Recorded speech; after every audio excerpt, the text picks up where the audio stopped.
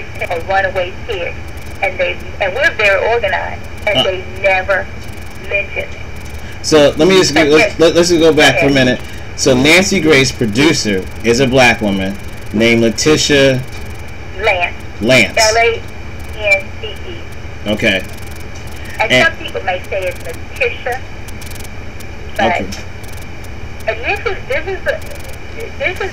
the piece to this that's so important to me is that we have a black producer on a national program that produce shows like Black in America that do not profile black children on their show. This is ridiculous. Well, with the Nancy Grace thing, even with the information that you had just said, she's only following the sensational stories anyway. That's how she got her job, was from the OJ case.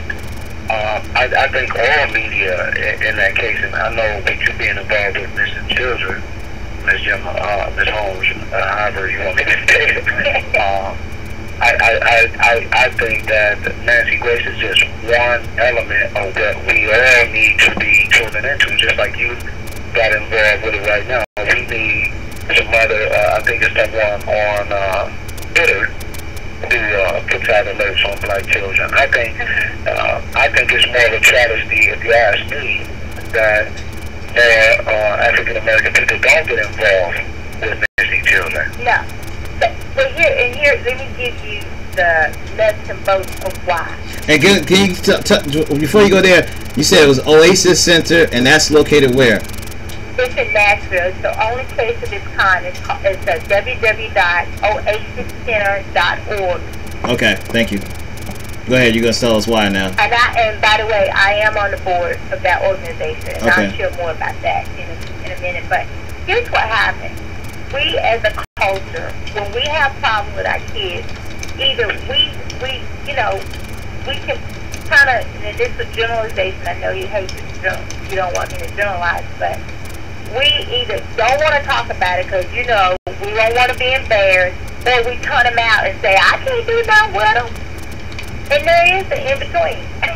Wow. We can whip their butt, love them, and then say, hey, you know what, I need help. And it's not a single mom thing. It's not a two-parent thing. These kids are different these days. They are. It's just different. I'm going to say... Just like we were different for our parents. You have to address things from a different perspective. But when you're having problems with for whatever reason, we first got to not be afraid to seek counseling. We got to not be afraid to share and be open, because you never know who's going through something else or something similar, or who can give you input or who can give you advice. And keep asking, keep talking. I am a firm believer through my experience that because I opened my mouth, I got my kid back. Because I was willing to go definitely. before the media get the scrutiny that we got. Trust me, we got it. That I was like, look, judge me however you want. My main goal is to get my kid back. That's what's up. Let me just stop for a minute and just ask this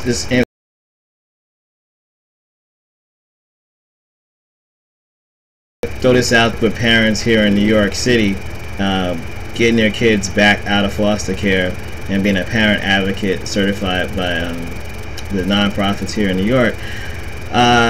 One of the problems is, I would say, from that, what you said about dealing with the behavioral problem with your child, is that in New York, if you do go to counseling in New York, I'm not sure how it's other states, these counselors are mandated reporters. And the counselors are predominantly of a different race, usually. Right. And they're pretty condescending. And in general, most of the foster care cases I've ran across were reported by hospitals or a counselor. And so our people are hesitant. Well, I would say in New York, people are hesitant to go for help with the kids until something does happen, and then of course it already happened, so you might lose your child anyway, because the system is geared towards. In New York, there's $600 million spent on foster care every year. $600 million spent on foster care, going to social service agencies mainly, and this is a big business. Keeping those kids in the care of a government agency or a nonprofit is really big business. So I think we also need to have conversations about how do we get our people into social services. How does that happen, and what can we do? Well, since I've been involved with this, and again, until you go through something, you don't really know what it's like on the other side. But here in our network, it's 80 plus agencies, family and children's service agencies, called the Southeast Network of Family and Children's Service.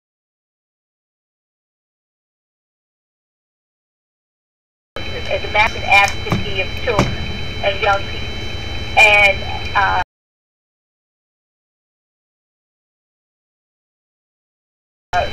that the agencies that your kids are involved in, and the agencies that you're going to get counseling from, that they don't have no crazy counselors in there, because counselors are crazy. They got issues just like you and I have. Right. That doesn't mean that they are, don't have problems. They got problems just like you and I. So this is kind of like the good housekeeping seal of approval for family and child care therapy. And that's what we have to learn to research and do our homework and find out, okay, if I go in here, how do I know that these people are not making a secondary income by throwing all the kids into foster care? You can find that out by the number of cases they have reported. You can find out if that therapist or that agency has been sanctioned by the state for any wrongdoing or harming a family.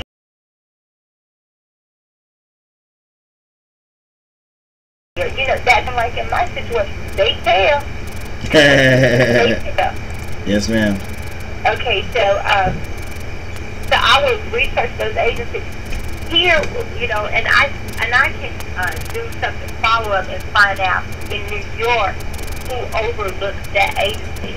But what we find out a lot of times is that in the cases of missing and runaway kids and exploited kids, I want to make sure I put that in there, like the situation that you just said, that was the exploitation of a child. Those are supposed to be reported to the FBI because they are actually tracking that. There is actually a law called the National Child Search Assistance Act of 1990. There are very little of us know about that. Say that law again. Say the law again. It's the National Child Search Assistance Act. Child Search Assistance. Okay. And that is that is a federal law that makes sure that what goes on with these agencies and dealing with children that are having issues.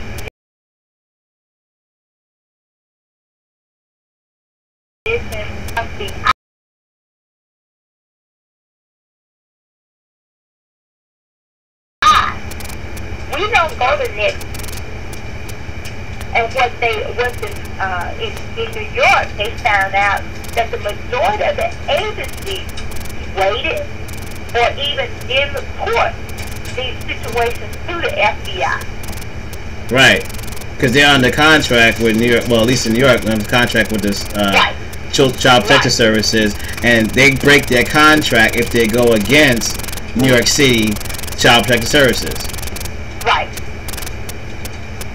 So my question. Okay, I'm sorry. Go ahead. No, that's okay. My question, you can get back to what you're explaining. My question would be, now, even under what you're discussing, it is true that over 1 million children come up missing every year. Am I correct in that? Yes, it's right at 1 million kids. Every year? every year. That's ridiculous. And a lot of people, I mean, we're just not, you know, even, I mean, you can go back to what you were saying. So, let me share this with you. Especially in the case of Hispanic children. We here in Nashville, because of my situation, I get phone calls from everybody.